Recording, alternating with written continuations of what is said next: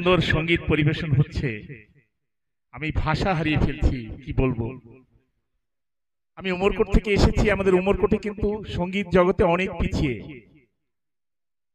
আমি আগে জানতাম, আজ আমি সচক্ষে নিজে এখানে থেকে অনুভব করলাম, সত্যি মালকানগিরি সঙ্গীত জগতে অনেক এগিয়ে উমরকোট থেকে। তবুও অল্প সময়ের জন্য আমাকে দুটো কথা বলতে বলেছে, আমি অল্প সময়ই বলবো। হরি বল।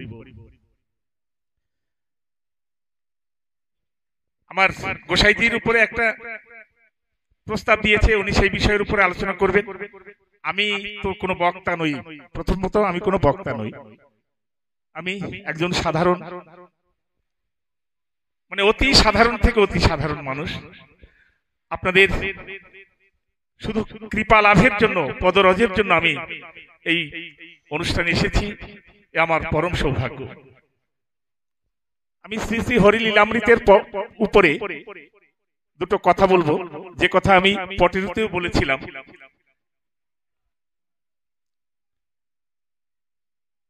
এই বিশ্বে যত যত ধর্মমত বা সম্প্রদায় আছে, প্রত্যেক ধর্ম মতে বা সম্প্রদায়ে তাদের স্বতন্ত্র কিছু আকর গ্রন্থ থাকে, যে আকর গ্রন্থ নিয়ে কিছুক্ষণ আগে কথা উঠেছিল এখানে।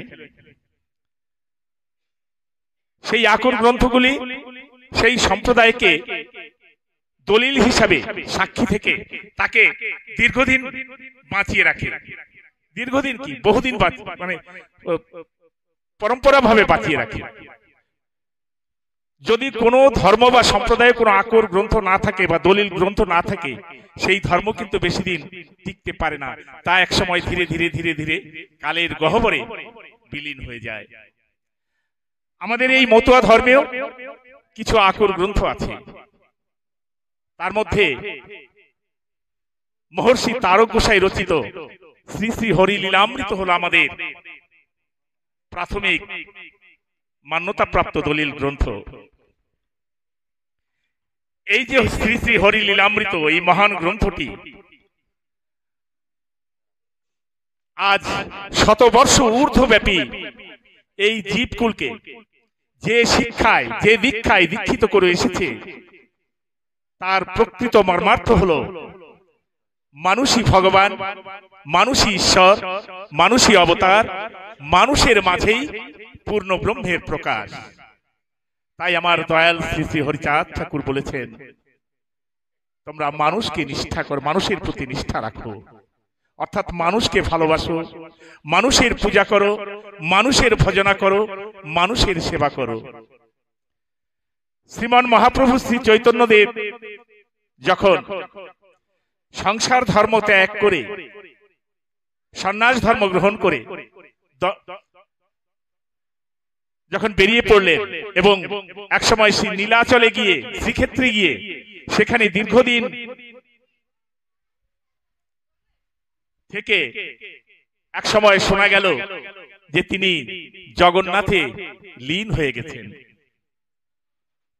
তখন সেই মহাপ্রভুর বিরহে তার ভক্তবৃন্দ কেঁদে কেঁদে আকুল হয়েছিলেন।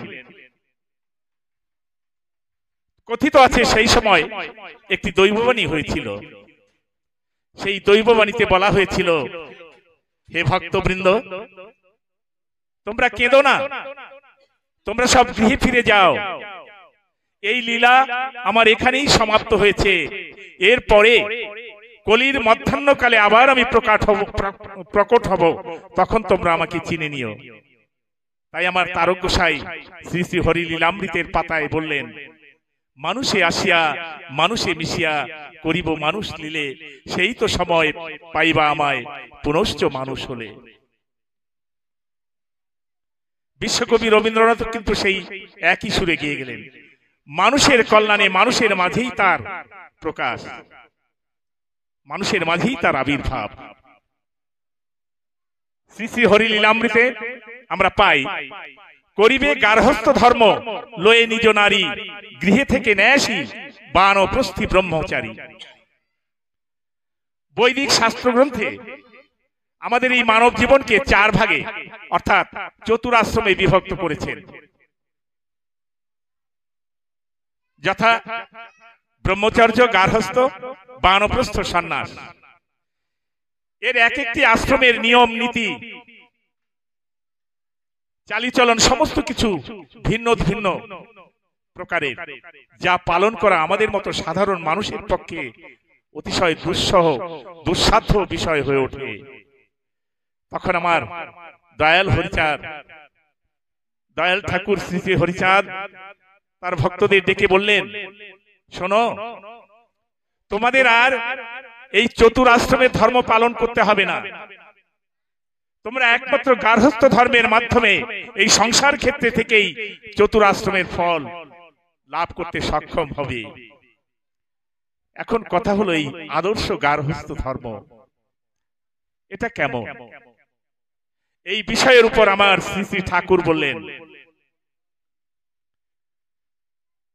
সর্বপ্রথম আমাদের যে ঘরে জীবন্ত দেবতা আছে, আমার মা এবং বাবা, মাতা পিতা, তাদের তোমরা সেবা করবে। মাতা পিতাকে যদি তোমরা সেবা না করো, তোমরা যদি মাতা পিতাকে ছেড়ে আমার ভজনা করো, তাহলে তোমাদের সেই ভজনা বৃথা হয়ে যাবে। তাই তোমরা মাতা পিতাকে ভজনা করো। তাই ঠাকুর বললেন, মাতা পিতা গাছের গোড়া, হরি গাছের ফল, গাছের গোড়া থুয়ে কেন আগায় ঢালো জল। এরপরে ঠাকুর বললেন, এক নারী ব্রহ্মচারী থেকে ব্রহ্মচর্য পালন করবে। এক নারী নিয়ে ব্রহ্মচর্য পালন করবে। তোমরা ব্যভিচার, এক নারী নিজের নারীর প্রতিও ব্যভিচার করতে পারবে না।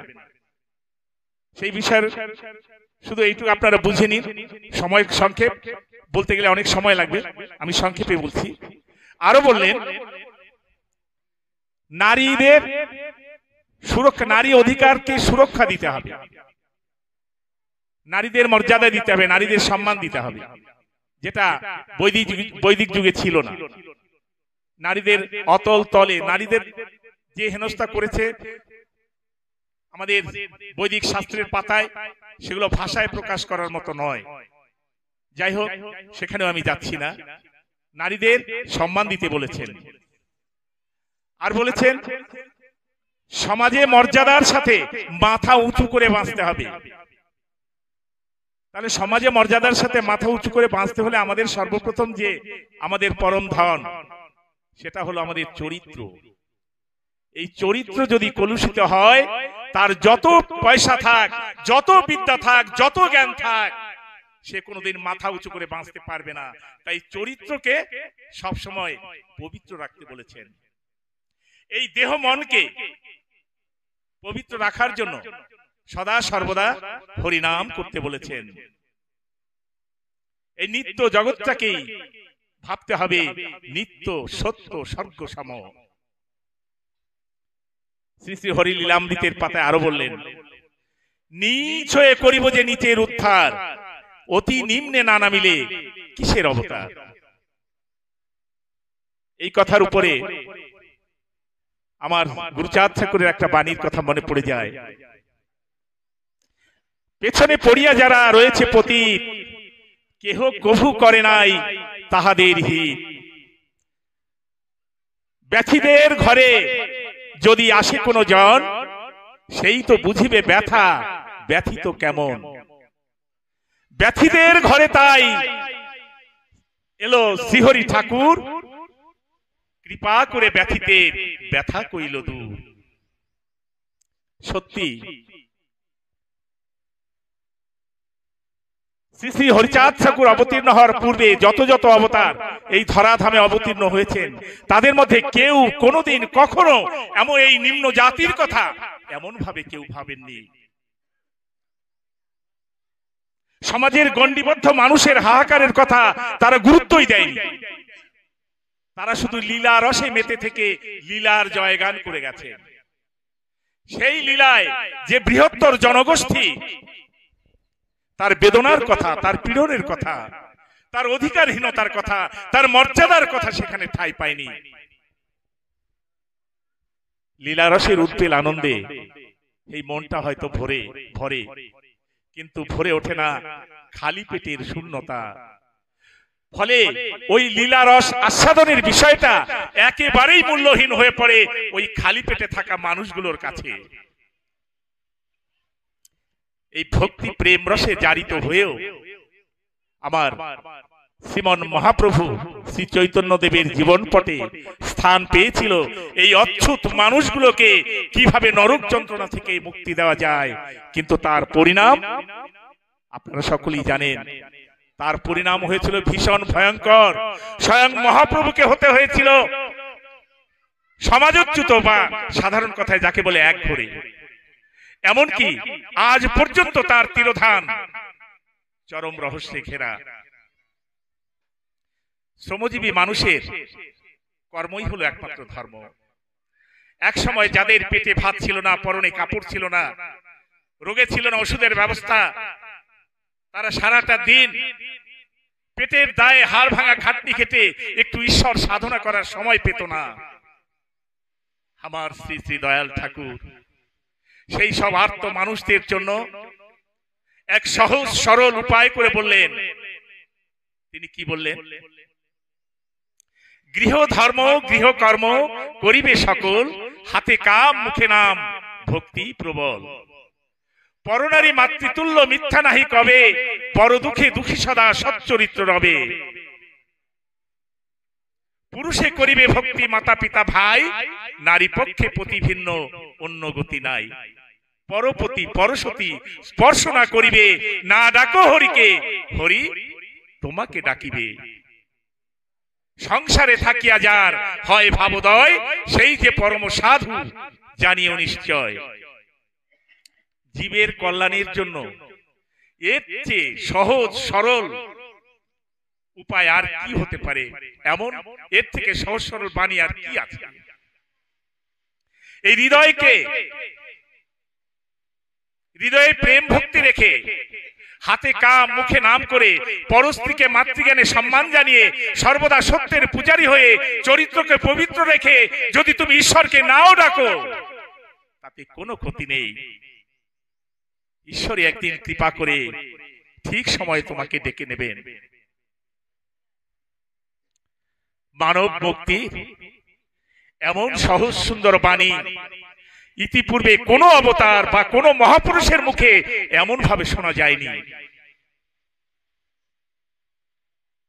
শ্রী শ্রী হরিলীলামৃতের পাতায় ঠাকুর আরো বললেন, শুদ্ধ মানুষেতে আরতি নৈষ্ঠিক ভজন, শুদ্ধ মানুষেতে আরতি নৈষ্ঠিক ভজন, তার কিসে গয়া কাশী আর বৃন্দাবন। এই হৃদয়কে শুদ্ধ রেখে নিষ্ঠাচারে চোখের জলে বুক ফাঁসিয়ে তুমি যদি আমাকে ডাকো, তোমাকে আর সাধন ভজন করতে হবে না। গয়া কাশী বৃন্দাবন শ্রীক্ষেত্র আদি তীর্থ ভ্রমণ তোমাকে করতে হবে না। শ্রীমন মহাপ্রভু শ্রী চৈতন্য দেব যখন সন্ন্যাস ধর্ম ত্যাগ করে, গার্হস্থ্য ধর্ম ত্যাগ করে সন্ন্যাস ধর্ম নিয়ে হাতে দণ্ড কমণ্ডলু নিয়ে বেরিয়ে পড়লেন, তখন আমার প্রভু নিত্যানন্দ মহাপ্রভুর সেই দৃশ্য দেখে তার কিন্তু সহ্য হলো না। তিনি কি করলেন? অতি ক্রোধ ভরে মহাপ্রভুর হস্তের সেই দণ্ডটি কেড়ে নিয়ে ভেঙে খান খান করে ফেললেন। পরবর্তী অবতারে মহাপ্রভুর হস্তের সেই দণ্ড হলো ভক্তের হাতের ছোঁটা, এবং মহাপ্রভুর হাতে যে করঙ্গ নির্মিত কমণ্ডলু ছিল, সেই কমণ্ডলু ভেঙে হলো ভক্ত কণ্ঠহার বা করঙ্গমালা। শ্রীমন মহাপ্রভু শ্রী চৈতন্য দেবের অকামনা প্রেম ভক্তি শ্রী শ্রী হরিচাঁদ ঠাকুর গৃহী মানুষের দ্বারে দ্বারে পৌঁছে দিলেন। তারা হয়ে উঠলেন নামে প্রেমে মাতোয়ারা। তখন আমার শ্রী শ্রী ঠাকুর সেই সব নামে প্রেমে মাতোয়ারা মানুষদের মতুয়া নামে আখ্যায়িত করে দীপ্ত কণ্ঠে তিনি ঘোষণা করলেন, আজ থেকে তোমাদের পরিচয় হলো তোমরা মতুয়া, তোমরা মতুয়া, তোমরা মতুয়া। হরি বল। সময় সংক্ষেপ, আমি এখানে বিরতি রাখছি। বল মন শান্তি হরিচাঁদ গুরুচাঁদ সত্য ভামা তারক চাঁদে প্রেমানন্দ একবার হরিধ্বনি হরি বলো। শ্রীধা মোড়া কান্দির প্রীতে একবার হরিধ্বনি হরি বলো। সাধুগুরু বৈষ্ণব গোসাই পাগল প্রীতে একবার হরিধ্বনি হরি বলো। হরি বল হরি বল হরি বল হরি বল হরি বল হরি বল।